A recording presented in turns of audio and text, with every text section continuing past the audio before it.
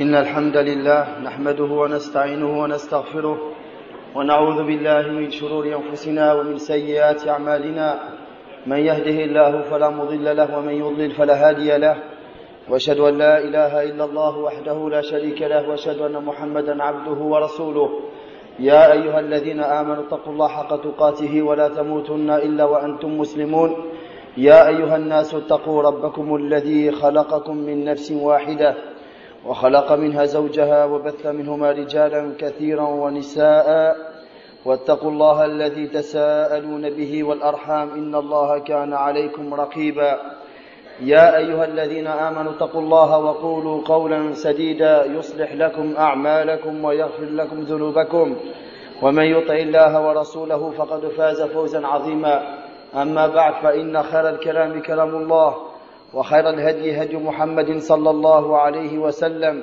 وشر الأمور محدثاتها وكل محدثة بدعة وكل بدعة ضلالة وكل ضلالة في النار وبعد.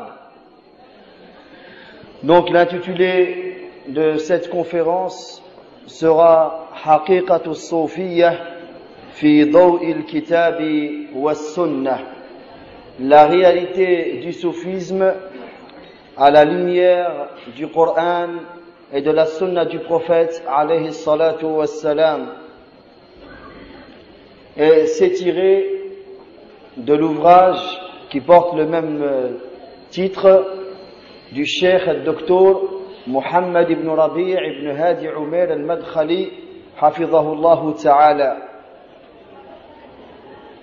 Ta'rif as-Sofiyyah, définition du terme Sofiyyah. Kalimatu Sofiyyah ma'khudhatun min kalimatin yunaniyyah Sofia. Ça c'est une des définitions, c'est que le terme Sofiyyah est pris d'un terme grec qui se dit Sophia. Wa ma'naha al-hikmah. Et le sens de ce terme grec, c'est la sagesse. Wa qila innahu nisbatun ila lubsi as-sawf. Ila lubsi as-sawf. Et il est dit aussi, pour la définition ou l'origine de ce terme, c'est que ça revient à la matière qui est la laine, qu'on appelle en arabe as-souf. Et de là vient le terme as-sofiyyah. وَلَعَلَّ هَذَا الْمَعْنَى الْأَقْرَبُ لِلصِّحَّةِ. Et il se peut que cette définition, que ce terme provient de cette matière, de ce tissu qui est la laine, soit le plus authentique. لِأَنَّ لُبْسَ الصُّوفِ كَانَ عَلَامَةٌ عَلَى الزُّهْدِ. Car de s'habiller, de se vêtir avec des vêtements de laine était un signe de l'ascétisme, qu'on appelle az-zuhd. C'est-à-dire c'est une façon d'agir d'une personne qui veut montrer son éloignement et son délaissement de ce bas monde, et des biens et des désirs et des plaisirs de ce bas monde. ويقال إن ذلك تشبها بالمسيح عليه السلام. Et il est dit que ceux qui ont mis ces vêtements de laine, c'était pour ressembler au Messie Jésus, fils de Marie, عليه الصلاة والسلام. ذكر شيخ الإسلام ابن تيمية رحمه الله في مجموع الفتاوى عن محمد بن سيرين رحمه الله أنه بلغه أن قوما يفضلون لباس الصوف فقال إن قوما يتخذون الصوف ويقولون أنهم يتشبهون بالمسيح ابن مريم وهدي نبينا يعني هدي محمد صلى الله عليه وسلم وهدي نبينا أحب إلينا وكان النبي صلى الله عليه وسلم يلبس القطن وغيره. Et Cheikh l'Islam Ibn Taymiyyah rahimahullah, dans son recueil de fatawa, rapporte, nous cite, d'après Muhammad ibn Sirin rahimahullah, qui dit que lorsque on lui a fait parvenir qu'il y a des gens qui donnent préférence aux vêtements de laine, car c'était les vêtements que portait Isa ibn Maryam, le Messie, alayhi salam. Et Muhammad ibn Sirin de répliquer en disant, et la guidée et la voix de notre prophète, c'est-à-dire Muhammad sallallahu alayhi wa sallam, est plus aimé auprès de nous. Et le prophète Muhammad sallallahu alayhi wa sallam s'habillait avec des vêtements de coton et d'autres tissus. Déjà, une remarque, lorsqu'on a des récits des prophètes, des messagers, des vertueux d'avant l'islam, est-ce que les législations qu'ils avaient sont une législation pour nous ou pas? Et la vérité sur cette question, c'est que la législation de ceux qui nous ont précédés n'est pas une législation pour nous. Nous, on suit la législation de Muhammad, alayhi salatu wassalam. Ça, c'est le premier point. Deuxième point, si Isa, alayhi salam, il lui est arrivé de s'habiller avec des vêtements de laine, cela ne veut pas dire qu'il n'aimait pas les vêtements d'autres tissus. Et en plus de cela, ces gens qui ont eu cette opinion de vouloir aimer les vêtements de laine à d'autres vêtements sont des adeptes de la religion musulmane venus après la prophétie de Muhammad sallallahu alayhi wa sallam. Comment se fait-il qu'ils ont délaissé la manière de se vêtir de Muhammad sallallahu alayhi wa sallam pour prétendre vouloir suivre la manière de se vêtir de tel ou tel prophète? Tarikh al-Zuhur,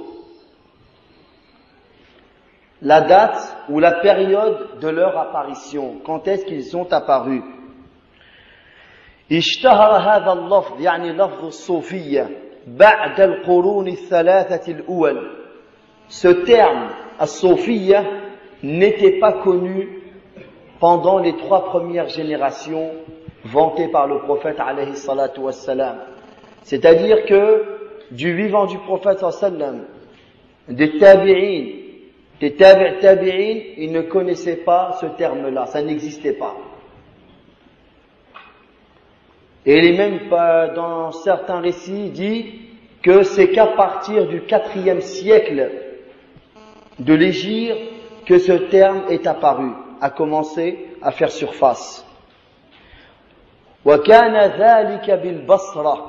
Sinon, dans le lieu géographique, là où les premiers sont apparus, c'est dans la ville de Bassora, en Irak, bil-Iraq. وكان في البصرة من المبالغة في الزهد والعبادة ما لم يكن في سائر أهل الأمصار. Et on trouvait dans la ville de Bassora des gens qui ont atteint un degré de l'ascétisme et un degré de l'adoration. Il y avait tellement d'exagération qu'on ne retrouvait pas cet excès dans les autres régions du monde musulman. Ça, c'était cité par Cheikh al-Islam Ibn Taymiyyah rahimahullah. كان الأمر عند النشأة مقتصرا على المبالغة في الزهد وملازمة الذكر والخوف الشديد عند الذكر وكان فيهم طوائف يصعقون عند السماع للقرآن. Au début de la naissance de ce qu'on pourrait appeler le soufisme, mais c'est plutôt l'ascétisme qu'il y avait au début, c'était quoi? Les gens se contentaient d'avoir de l'ascétisme, c'est-à-dire du délaissement de ce bas monde et des biens de ce bas monde, et de faire abondamment le rappel d'Allah subhanahu wa ta'ala, et d'avoir une grande peur pendant le rappel. Et parmi eux, il y en avait qui s'évanouissaient, et même certains mouraient en écoutant certaines paroles d'Allah subhanahu wa ta'ala, certains versets coraniques. Mais c'était de l'excès et de l'exagération. et les meilleurs des générations, qui sont le prophète et les compagnons radiyallahu ta'ala anhum, il n'a jamais été rapporté cela d'eux. Donc c'est de l'excès et du rajout, mais l'erreur n'était commise que dans ce point-là, à ce moment-là. قال ابن تيمية رحمه الله ولم يكن في الصحابة من هذا حاله. Donc Ibn Taymiyyah rahimahullah nous le cite en disant, et il n'y avait pas parmi les compagnons quelqu'un qui avait cet état-là. فلما ظهر ذلك أنكر ذلك طائفة من الصحابة والتابعين كأسماء بنت أبي بكر الصديق رضي الله عنهما وعبد الله بن الزبير رضي الله عنهما ومحمد بن سيرين رحمه الله تعالى لأنهم رأوا ذلك بدعة مخالفة لما عرف من هدي الصحابة رضي الله عنهم. Donc on ne connaissait pas de compagnons qui avaient cet état-là. Et lorsque cela est apparu, à la fin de la vie des derniers compagnons, les compagnons qui ont vu cette exagération et cet excès chez certains, ils leur ont réprimandé cet acte-là, parmi lesquels Asma bint Abi Bakr, Asma la fille d'Abu Bakr as-Siddiq, radiallahu anhuma, de même que Abdullah ibn Zubayr, radiallahu anhuma, et de même que le grand tabi'i, Muhammad ibn Sirin, rahimahullah, parce qu'ils ont considéré ces actions-là comme de l'innovation qui va en contradiction avec ce qui est connu comme guidé des compagnons radiyallahu anhum. يقول الحافظ ابن الجوزي رحمه الله تعالى في تلبيس إبليس. Et donc al-Hafiz ibn al-Jawzi al-Baghdadi al-Hanbali rahimahullah nous dit dans son livre Talbis Iblis, les ruses de Satan, il est traduit en français. Et c'est un livre qui est à majorité sur la réprimande et la réfutation de beaucoup d'erreurs qu'ont les soufis. La majorité du livre concerne le soufisme. Et il démontre les erreurs et les exagérations et les innovations et les fautes graves qu'il se trouve dans le soufisme, avant son époque et dans son époque à lui. Et lui, il a vécu à Bagdad au 6e siècle de l'Hégire. Et qu'est-ce qu'il dit, rahimahullah?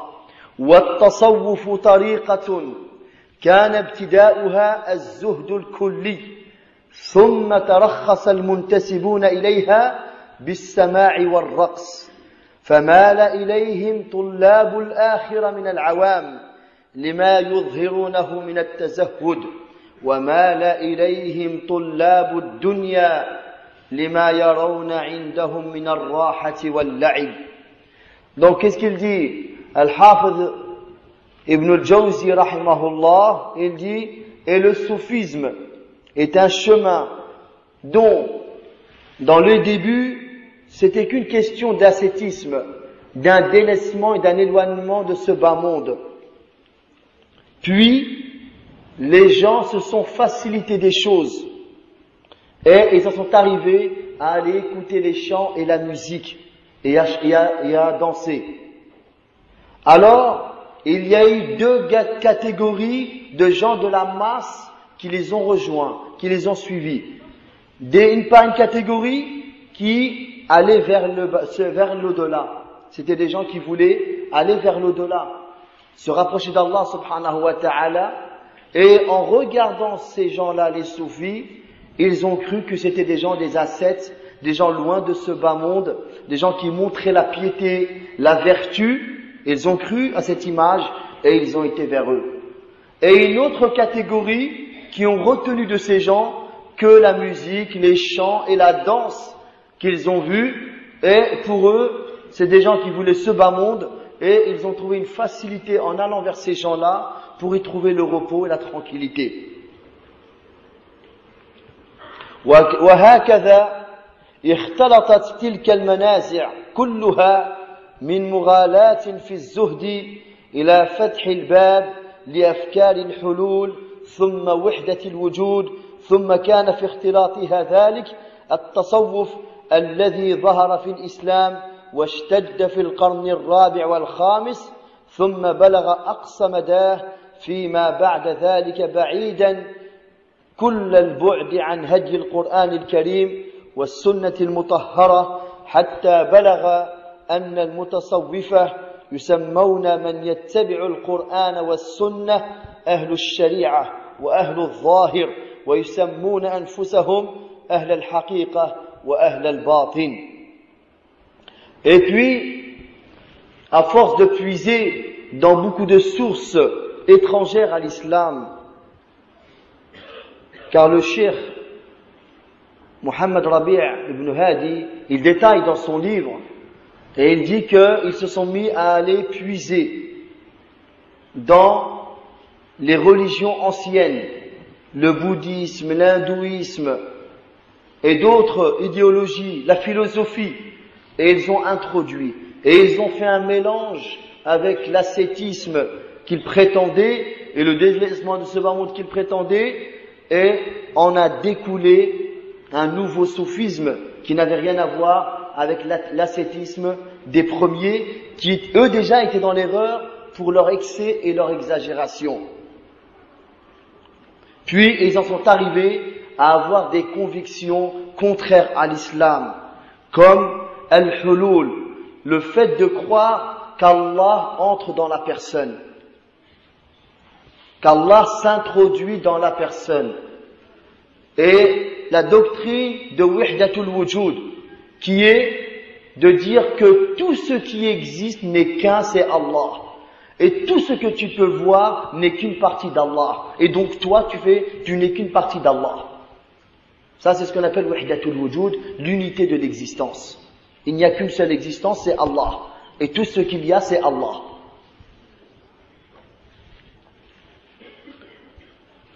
Puis, le soufisme a atteint son sommet au 4e et au 5e siècle de l'Hégire. Et il n'a cessé de s'éloigner et de s'éloigner de la guidée du Coran et de la sunna prophétique, jusqu'à que les soufis en sont arrivés à prétendre que les gens qui disent qu'ils suivent le Coran et la sunna, ce sont les gens de sharia, de la législation, et ce sont les gens de l'apparence, et ne suivent que l'apparence de la religion, ce qui est apparent de la religion. Et eux se sont donnés comme titre les gens de la vérité. Eux, ils vont à l'essentiel, alors que nous, on regarde que ce qui est apparent. Et donc eux, ce sont ahlul haqiqa, les gens de la vérité, de l'essentiel, et les adeptes de l'intérieur, de ce qui est caché. Vous regardez le sens apparent, nous on connaît et on va vers le sens caché. Et il y a un de leurs grands maîtres, qui est Ibn Arabi, on le verra après, qui a un tafsir de Coran. Et il est publié, et qui s'appelle le tafsir caché du Coran. Dans tous les versets, il trouve un sens caché, que les ulama qui ont pris le Coran et la sunna, ils ne peuvent pas comprendre eux. Et ça, c'est un islam pour la masse, pour qu'ils comprennent. Mais eux, ils ont atteint une certitude et un degré qui leur a fait ouvrir des portes de connaissances qui n'est pas donné à ceux qui étudient le Coran et la Sunna.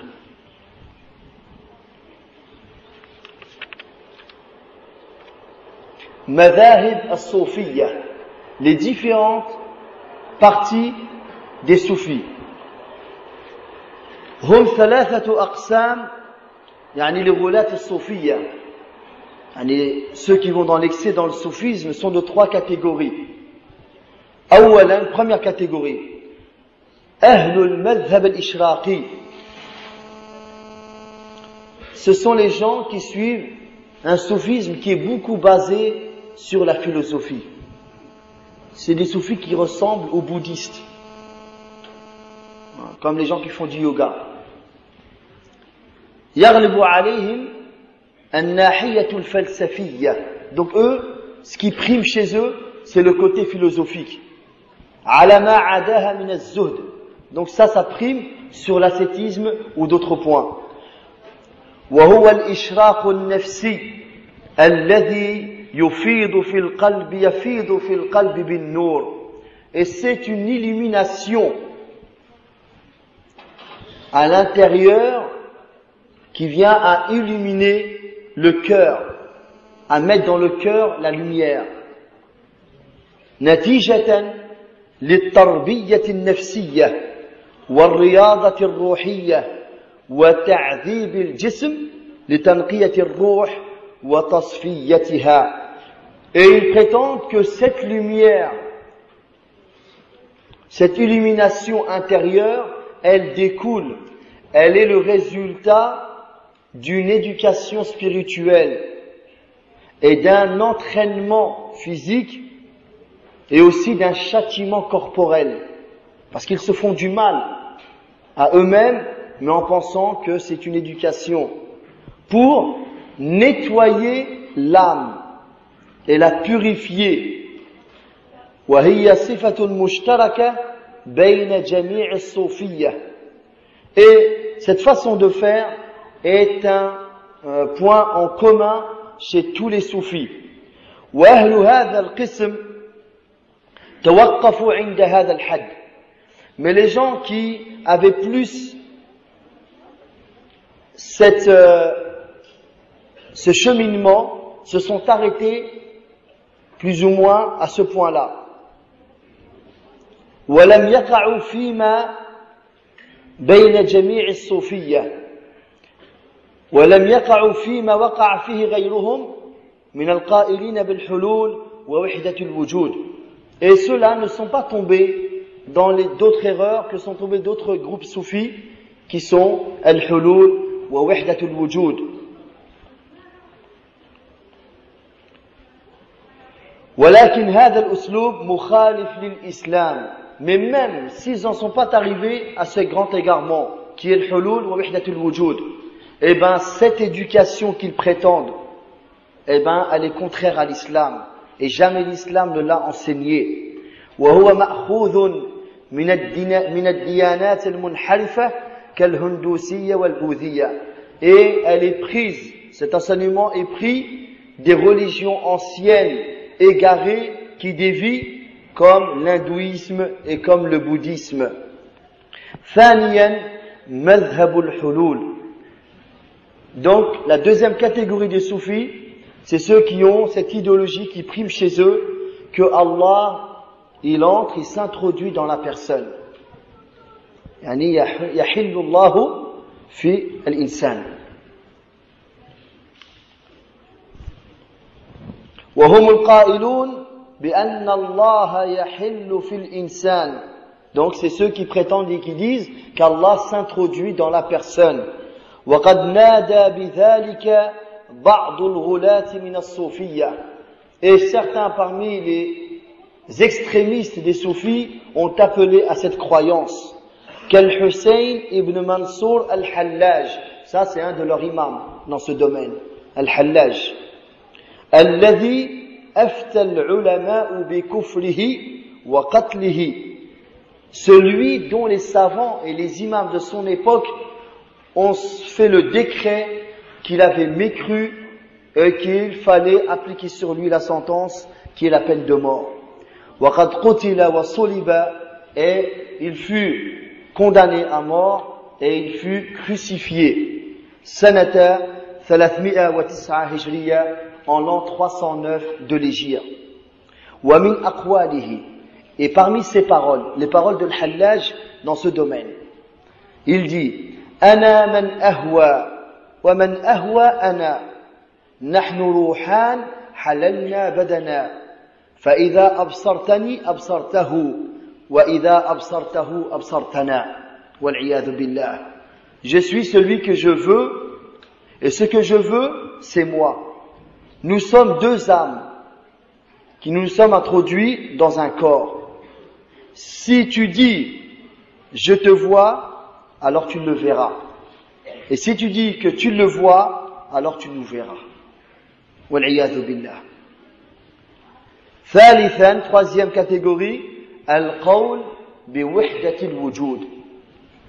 Cette opinion qui est, cette conviction, cette croyance qui est de l'unité de l'existence, qu'il n'y a qu'une seule existence, et c'est l'existence d'Allah, et tout ce que tu vois n'est que Allah. وهو يقرر أن الموجود واحد. Donc il précise que l'existant n'est qu'un. En réalité, في الحقيقة. وكل ما نراه ليس إلا تعينات للذات الإلهية. Et tout ce qu'on voit, tout ce qu'on peut voir, ne sont que des parties de l'aspect divin qui est Allah. وزعيمهم ابن عربي الحاتمي الطائي. Et leur maître, leur chef idéologique de cette idée, c'est Ibn Arabi, qui s'appelle Muhyiddin Ibn Arabi, mais que les ulama de la sunna ne lui donnent pas ce surnom. Parce que Muhyiddin, c'est celui qui fait revivre la religion.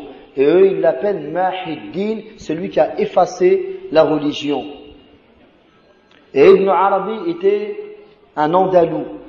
Donc il est sorti de ce qu'on pourrait appeler le Maghreb, puisque l'Andalousie, l'Espagne, faisait partie du Maghreb. Et il est enterré à Damas. Et il est toujours vénéré jusqu'à nos jours. Et sa tombe est beaucoup visitée, et les gens viennent l'implorer en dehors d'Allah subhanahu wa ta'ala. Al-Madfoun bi Dimashq, donc il est enterré à Damas, wal-Mutawaffa sanata 638 hijriya, et qui est mort en l'an 638 de l'Hégire. Et sur sa tombe, il y a la même coupole verte qui est au-dessus de la tombe du prophète sallallahu alayhi wa sallam. Vous avez vu la tombe, comment, la coupole? C'est la même, sa sœur jumelle. Subhanallah. Quand on la voit, on croirait voir la coupole qui est au-dessus de la tombe du prophète alayhi salatu wassalam. Et donc il est enterré là-bas, et je crois que l'émir Abdelkader de l'Algérie, il est enterré aussi à côté de lui, et c'était un adepte des idées d'Ibn Arabi. Et les soufis, bien qu'ils sont pleins de sectes, puisque pour eux, ils considèrent qu'il y a plein de chemins qui mènent à Allah. Il n'y a pas qu'un seul chemin. Il y a autant de chemins qui mènent à Allah que le nombre des créatures. Chacun peut se faire son propre chemin pour aller à Allah, subhanahu wa ta'ala. Et certains, pour défendre Ibn Arabi, il y en a un, une fois il a dit, un soufi, et c'était dans l'émission là, connaître l'islam, et c'est méconnaître l'islam, parce qu'il n'y a pas l'enseignement authentique, et il a dit, les gens croient que Ibn Arabi a ramené une nouvelle religion. Non, il a seulement ramené une nouvelle compréhension de la religion. Quelle est la différence? Il n'y en a pas, subhanallah. طيب. ومن أقواله في الفتوحات المكية. Il a un ouvrage qui s'appelle Les Conquêtes mécoises, qui est publié. Ces livres sont publiés et ils se vendent dans certaines librairies. Wal'iyadhu billah. Et regardez bien les phrases qu'il dit. Et ça, c'est inscrit dans les livres. Il dit Al-abdu rabbun war-rabbu abdun. Ya layta shi'ri manil mukallafu. In qulta abdun fadhaka haqqun. Ou qulta rabbun anna yukallafu. Donc il dit, le serviteur est un seigneur, et le seigneur est un serviteur. Mais au fait, lequel d'entre les deux il lui est demandé d'appliquer? Le mukallaf, celui qui est en âge d'appliquer les règles de l'islam. Lequel des deux il lui est imposé d'appliquer les règles? Si tu dis un serviteur, ceci est une vérité. Et si tu dis un seigneur, alors comment lui demander d'appliquer les règles? Et donc, et ça a été cité par Cheikh Mohammed Taqiyuddin al-Hilali rahimahullah dans son ouvrage en réponse, en réfutation à la secte des Tijani, qui est une des sectes du soufisme qui se propage dans le Maghreb et en Afrique noire, Al-Hadiyatul Hadiya et la Ta'ifati Tijaniya, le cadeau qui guide vers la secte des Tijaniya. Et Cheikh Mohammed Taqiyuddin al-Hilali, rahimahullah ta'ala, était soufi dans son enfance et dans sa jeunesse. Et il a vécu le soufisme. Et il a même un ouvrage où il explique l'expérience qu'il a vécue avec le soufisme, qui s'appelle Al-Fikru As-Soufi, c'est-à-dire l'idéologie soufi.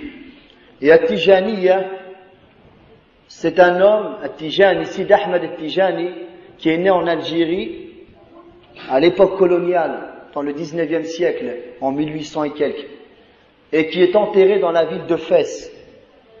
Et son tombeau est un mausolée qui est visité par des millions de personnes. La secte de Tijaniya, les adeptes se comptent par millions et millions.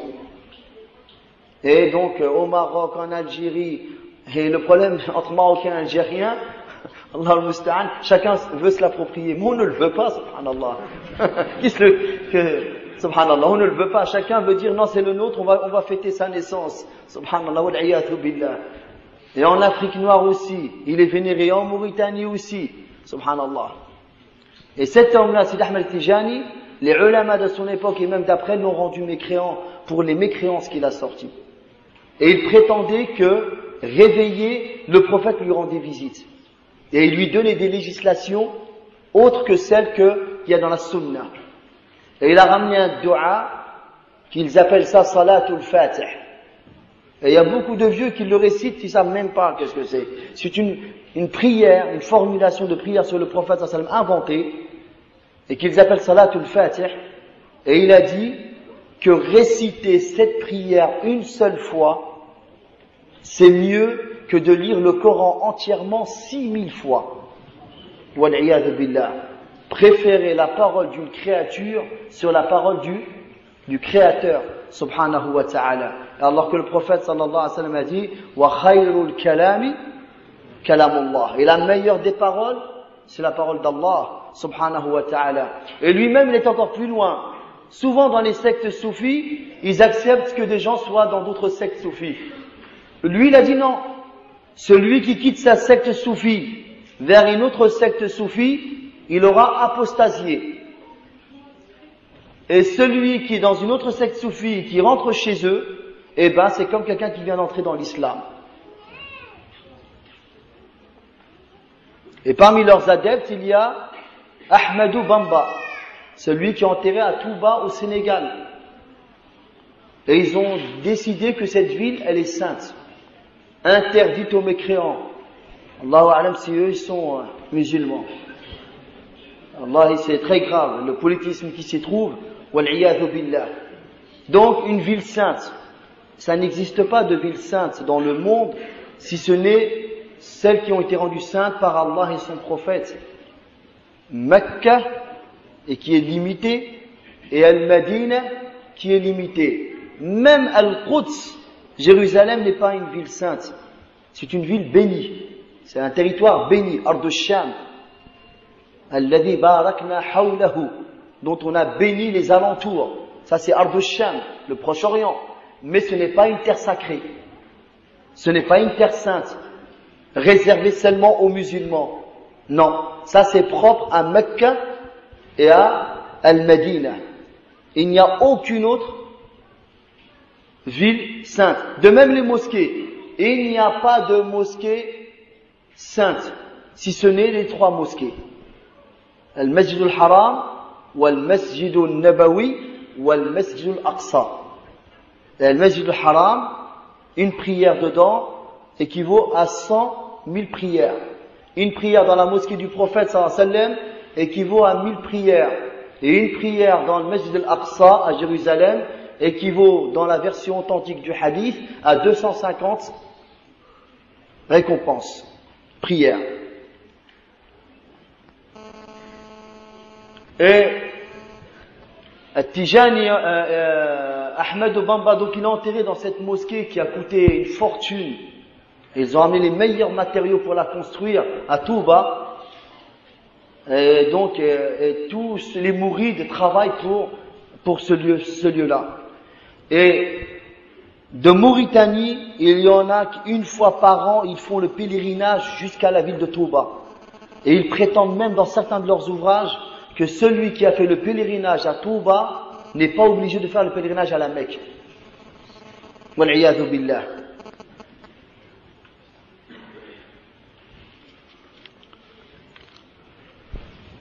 ويقول يعني هذا ابن عربي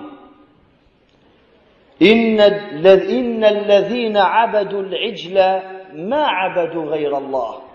Il dit certes, ceux qui ont adoré le veau, il parle de qui? Les enfants d'Israël. Lorsque Moussa alayhi salam les a laissés dans le Sinaï pour aller au rendez-vous de son Seigneur subhanahu wa ta'ala pendant 40 jours à la montagne de Tour, et ils en sont arrivés à adorer le veau. Eh bien, Ibn Arabi Hada, il dit, et à ne pas confondre avec Al-Qadi Abu Bakr ibn al-Arabi, avec le Alif Lam, Al-Arabi. Et celui-là, il n'y a que Arabi. Et les ulama en ont profité pour dire, celui-là il est défini, celui-là il est indéfini.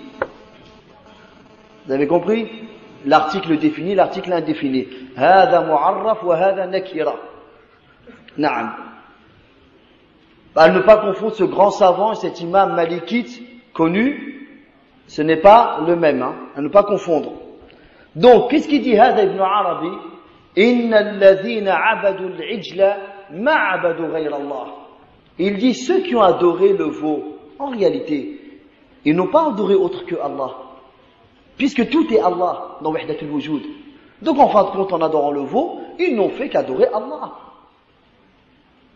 Et il dit même que le problème des chrétiens, c'est qu'ils ont dit que Dieu c'était seulement Jésus. Ils ont concentré Dieu dans Jésus. C'est ça leur problème. S'ils n'avaient pas fait cette concentration, eh ben ça n'aurait pas été un problème. Wal'iyadhu billah. وهذا الكلام لابن عربي, cette parole d'Ibn Arabi, عزاه ابن تيمية في الفتاوى إلى الفتوحات. Donc Ibn Taymiyyah le cite en disant que Ibn Arabi l'a dit dans son livre qui est Al-Futuhat Al-Makkiyah.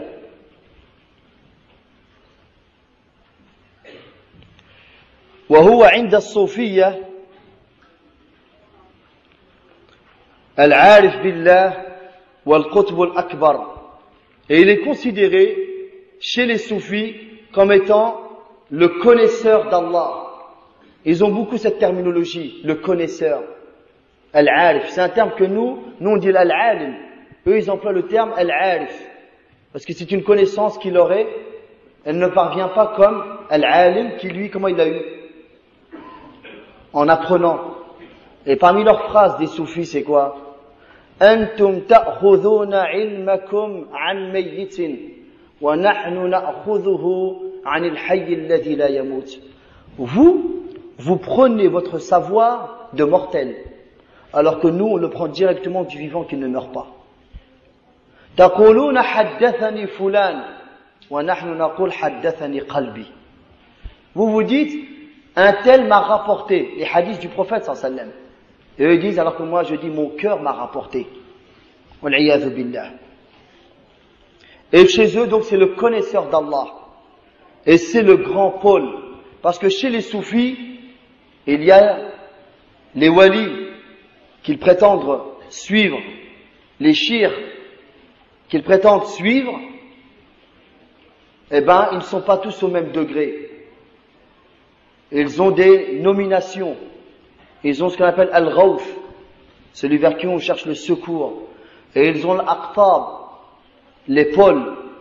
Chacun, il a sa position sur terre. Et ils ont l'Abdal.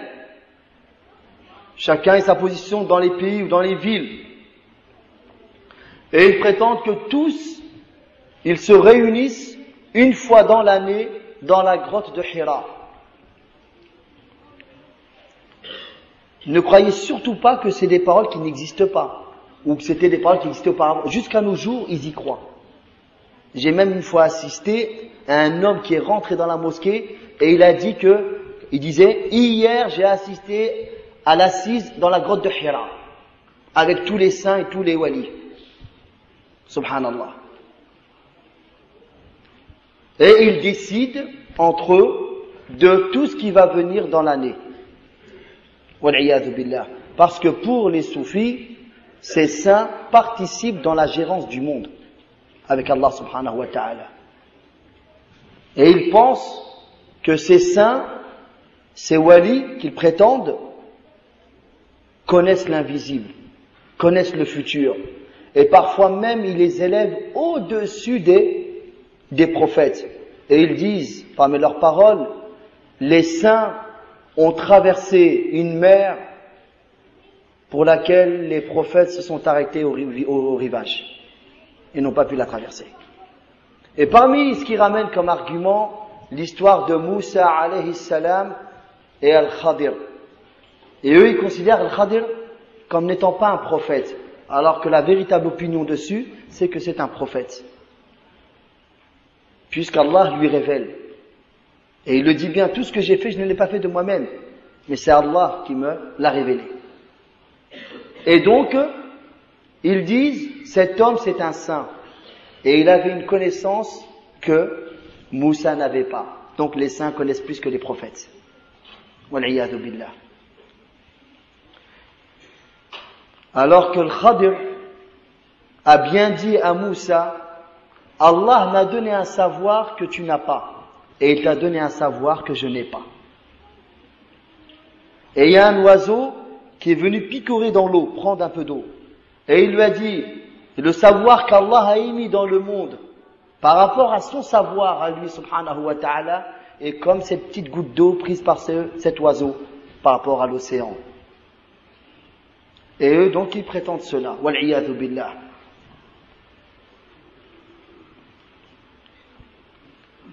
Et il l'appelle aussi Al-Shaykhul Akbar. C'est le plus grand de tous les sheikhs. Et les ulama de la sunna l'appellent Al-Shaykhul Akfar. Parce qu'il a atteint un degré dans la mécréance que beaucoup de mécréants n'ont pas atteint. Jusqu'à que l'imam al-San'ani, rahimahullah, il dit que sur terre, on ne sait si, dans le sens de sa phrase, s'il y a eu quelqu'un de plus mécréant que cet homme-là. On n'a pas connu quelqu'un qui a ramené de la mécréance comme l'a ramené Ibn Arabi. Et c'est un homme qui est vénéré par des millions et des millions de personnes, wal'iyadu billah. Puis on nous fait croire que les soufis sont ceux qui ont préservé l'islam pendant la colonisation. C'est des phrases qu'on entend. Quel islam qu'ils ont préservé? Du polythéisme, wal'iyadu billah. C'est l'adoration des tombes, l'invocation des morts. C'est ça l'islam. Wal'iyadu billah. Quel islam ils ont préservé? Ils ont laissé le colonisateur venir, ils ont dit c'est la décision d'Allah, on n'a pas le droit de bouger. Ils sont restés comme ça, c'était tranquille. Et on leur a facilité la tâche. Et le colonisateur leur a donné de l'ampleur. Il a tracé des routes qui mènent vers leur mausolée et vers leur lieu d'adoration et de polythéisme. Et il les a fait connaître, alors qu'il y en avait qui n'étaient même plus connus, subhanallah. Et il savait que si les gens suivent cet islam, ils n'ont rien à craindre, puisque c'est de l'égarement pur. Wal'iyadu billah.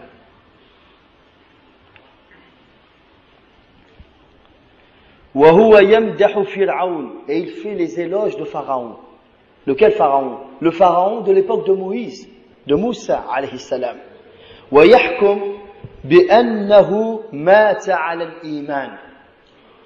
Et il juge que Pharaon est mort en étant croyant.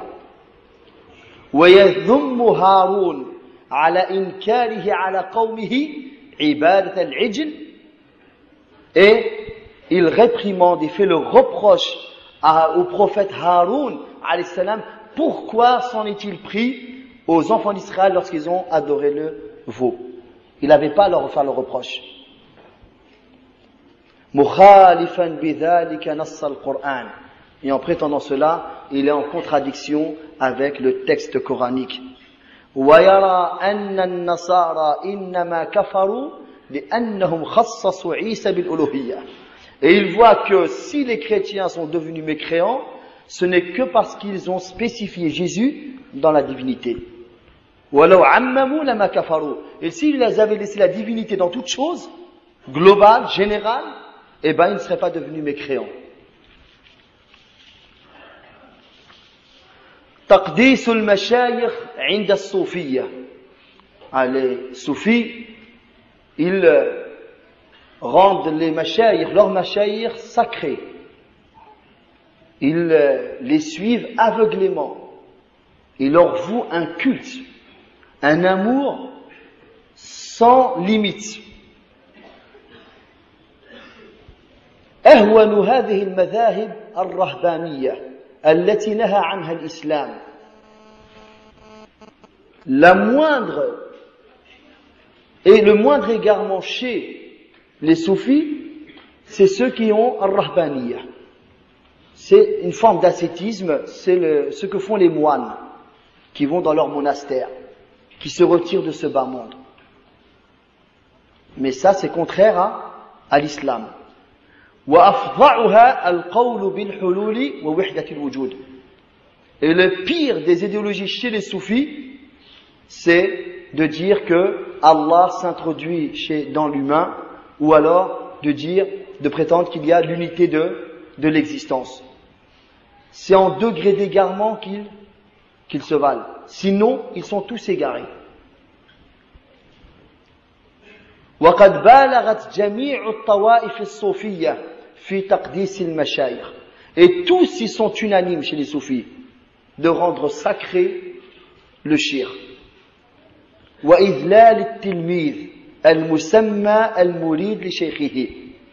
Et le rabaissement de l'adepte, de l'élève, qu'on appelle al-murid li shirk, celui qui veut aller vers son shirk. Pourquoi? Parce qu'ils disent man la shaykha lahu fa shaykhuhu ash-shaytan. Celui qui n'a pas de shirk, son shirk c'est qui? C'est Satan. Ils entendent par là que le shirk soufi. Et ils prétendent que lorsqu'ils étudient la religion, il leur faut des professeurs ou des savants pour apprendre les règles de la prière et ainsi de suite, la croyance. Mais au même moment, il leur faut quelqu'un d'autre pour qu'ils les prennent par la main et ils les mènent vers Allah. Voilà. Ils ont ça, ils veulent ça et ça. Mais à la fin, ça, ils l'ont plus. Puisqu'à la fin, ils atteignent la certitude. Et ils disent que celui qui a atteint la certitude, c'est un degré spirituel. Celui qui l'a atteint n'a plus à adorer Allah. Et il ramène le verset coranique wa'bud rabbaka hatta ya'tiyaka al-yaqin. Et adore ton Seigneur jusqu'à que te vienne la certitude. Et la certitude n'est qu'un degré spirituel. Celui qui l'a atteint n'a plus besoin d'adorer Allah subhanahu wa ta'ala. Et n'est plus concerné par le halal, par le haram. Et c'est pour cela qu'ils ont des histoires dans leurs livres. Ils disent pas qu'on ment sur eux. Dans leurs livres, c'est eux qui les ont publiés. C'est pas le sunnah qui les ont publiés. C'est eux-mêmes. Où on entend des choses, mais ils disent vous pouvez pas comprendre. Ces hommes ont atteint un degré où ils ne sont plus concernés par les interdits. Vous ne pouvez pas comprendre. C'est comme les tablirs, quand ils racontent leurs histoires à dormir debout, et ils disent, tu ne peux pas comprendre. Tu n'as pas le yaqin, il faut avoir le yaqin. Et avant, ils te le disent avant. Si tu n'as pas le yaqin, tu ne peux pas comprendre. Subhanallah. Mais si tu as le yaqin, là tu vas dire Subhanallah, Allahu Akbar. Et c'est que des histoires à dormir debout qui n'existent pas, wal'iyadu billah. Il y en a un, il les a inventés, ils les ont tous suivis. Subhanallah. Donc, ils ont cela. Donc, ne jamais mettre en doute le shirk. Ne jamais avoir une pensée, même qui te trotte dans ton esprit. Et ils disent, il y en a un que je connais, qui s'est repenti du soufisme. Il a demandé au Sidi, c'est le représentant du shirk en France, mais leur shirk il est en Syrie. Et il lui a dit, Sidi, est-ce que le shirk qui est à Damas, il me connaît? Et il lui a dit, physiquement, il ne te connaît pas. Mais il connaît le secret qui est au fond de ton cœur. Wal'iyadu billah. Et attention à ne pas avoir une mauvaise pensée sur le shirk. Si t'arrive un malheur, c'est le shirk qui t'a touché.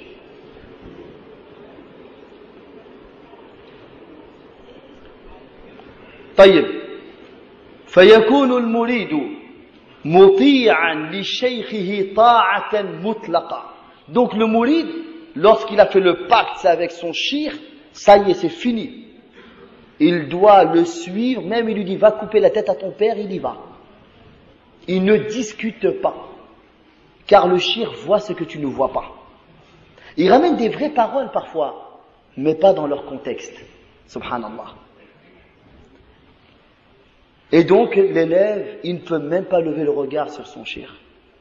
Et il vient en prosternation, en inclinaison devant lui. Subhanallah. Pour eux, c'est une divinité qu'ils ont devant eux. Wal-iyadhu billah. La façon d'agir, c'est une divinité qu'ils ont devant eux. Wal-iyadhu billah. La i'tirada fiha, jamais ils ne contredisent. Hatta yakunu fi yadi ash-shaykh kal mayyit fi yadi al-ghasil. Jusqu'à qu'il soit devant son shir comme le mort devant celui qui le lave. Le mort, ça y est, il ne bouge plus. Celui qui le lave en fait ce qu'il veut. Eh bien, l'élève doit être comme ça devant son professeur. Wal-iyadhu billah. Al-farqu bayna az-zuhdi wa at-tasawwuf. La différence entre l'ascétisme et le soufisme.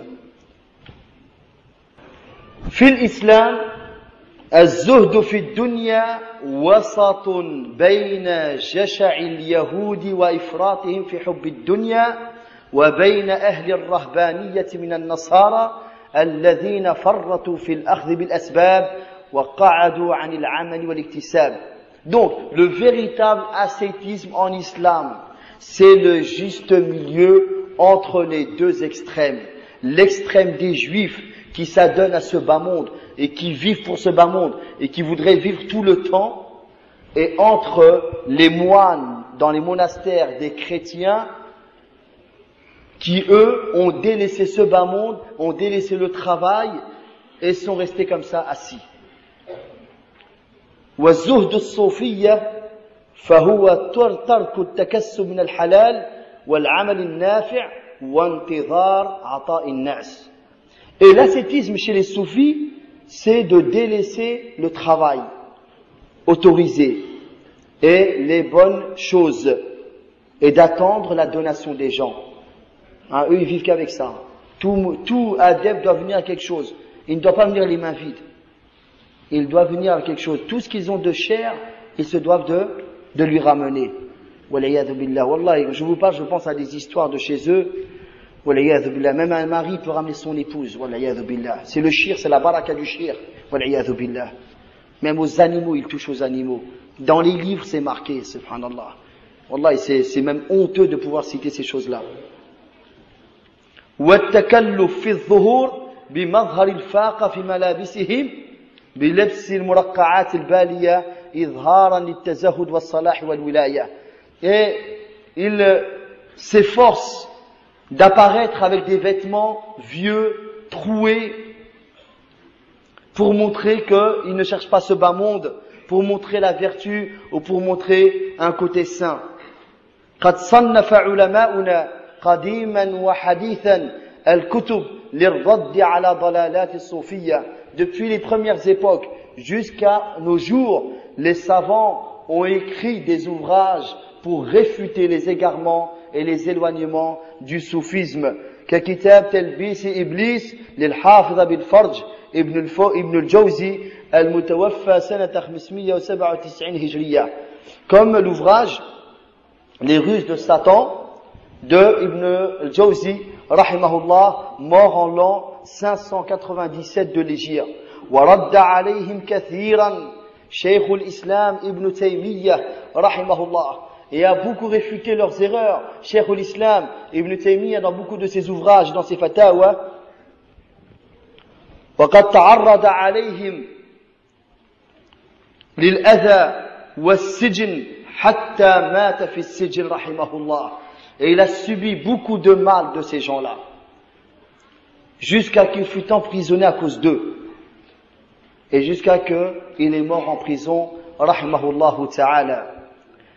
وألف العلامة برهان الدين البقاعي رحمه الله المتوفى سنة 885 هجرية كتابين في الرد عليهم.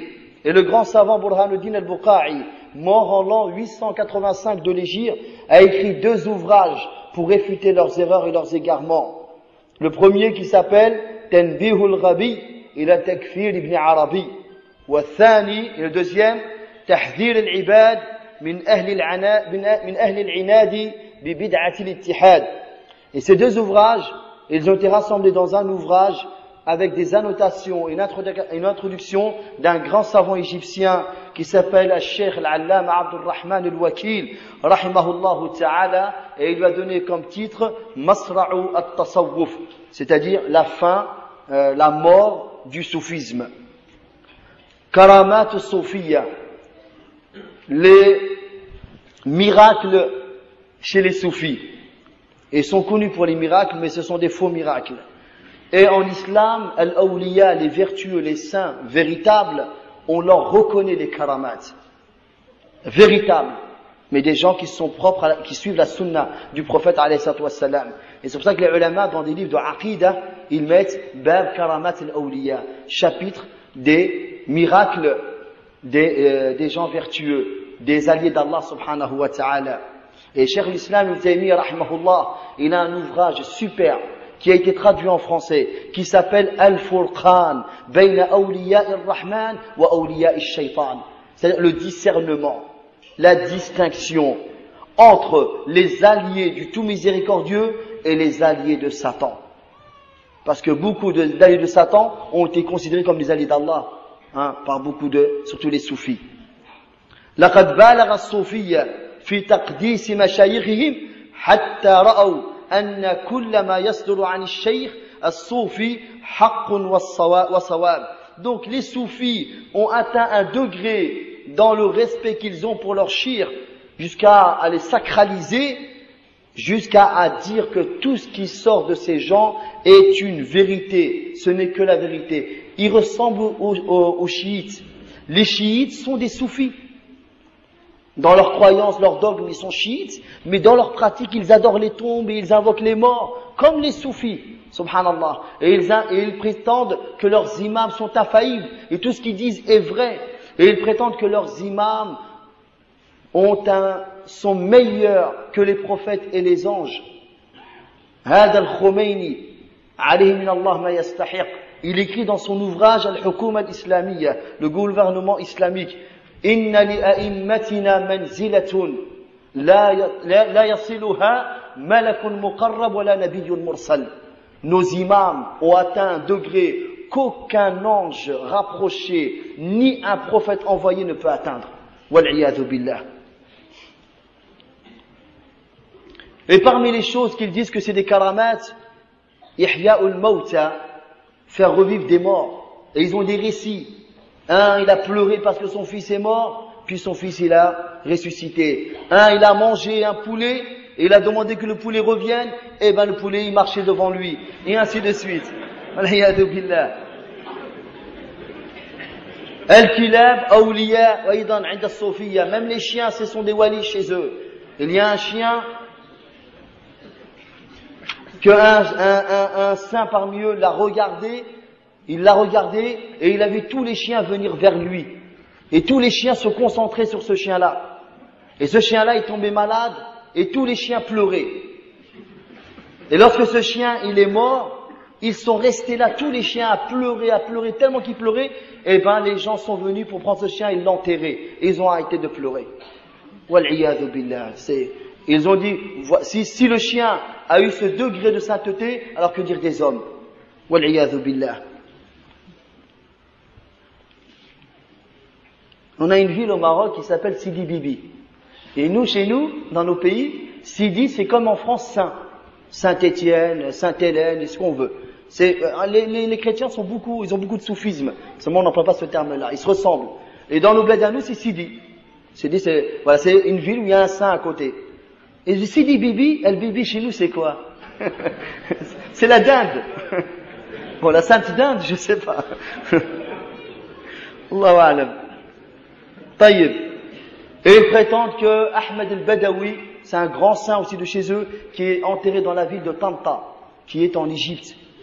Et un habitant de Tanta, on l'appelle Tantawi. Le mot Tantawi vient de la ville de Tanta. Et donc, il y a un grand saint là-bas, c'est par millions que les gens viennent de partout pour célébrer sa naissance.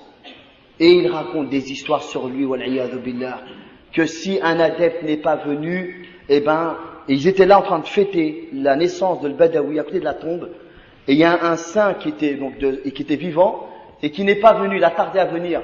Et à chaque fois, le Badawi, il ouvrait le cercueil, ou je ne sais quoi ce qu'il a, c'est dans quoi il est mis, on va dire un cercueil, il l'ouvrait, il disait, il est où un tel, il a tardé à venir, et il se renfermait. Et il le réouvrait.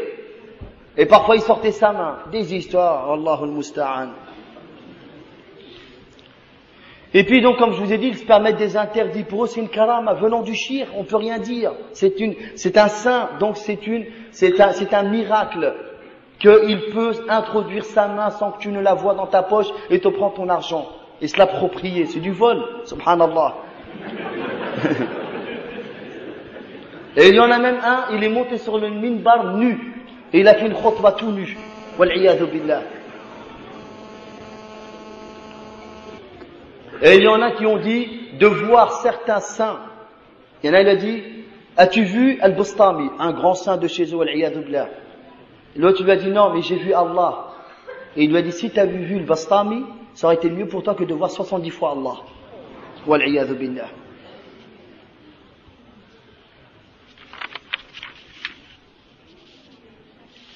Et parmi le grand mal de ces gens-là, on a bien vu les actes de polythéisme, c'est l'invocation d'autres que Allah subhanahu wa ta'ala. Et ça, c'est un des points que on retrouve chez eux. Ils invoquent les morts et les saints en dehors d'Allah subhanahu wa ta'ala. Et ça, c'est un acte de polythéisme qui fait sortir de l'islam. Wal-iyadhu billah. L'essentiel, c'était pour expliquer, clarifier l'origine même du soufisme et l'égarement dans lequel ils sont. Mais au final, ce qui nous attend, c'est quoi? C'est de prêcher ces gens-là pour les sortir des ténèbres vers la lumière. Et avec cela, Inch'Allah, on aura beaucoup de récompenses auprès d'Allah subhanahu wa ta'ala. La an yahdi Allahu bika rajulan wahidan khayrun laka min humurin na'am. Qu'Allah fasse de toi la cause de la guidée d'un seul homme est meilleur pour toi que les chamelles rouges. Et c'était ce qu'il y avait de plus cher à l'époque du prophète, alayhi salatu wa salam. Wa sallallahu wa sallam wa baraka ala Muhammad wa ala alihi wa sahbihi ajma'in. Wa subhanaka wa bihamdik. Ashhadu an la ilaha illa ant. Astaghfiruka wa atubu ilayk. Wa iyyakum.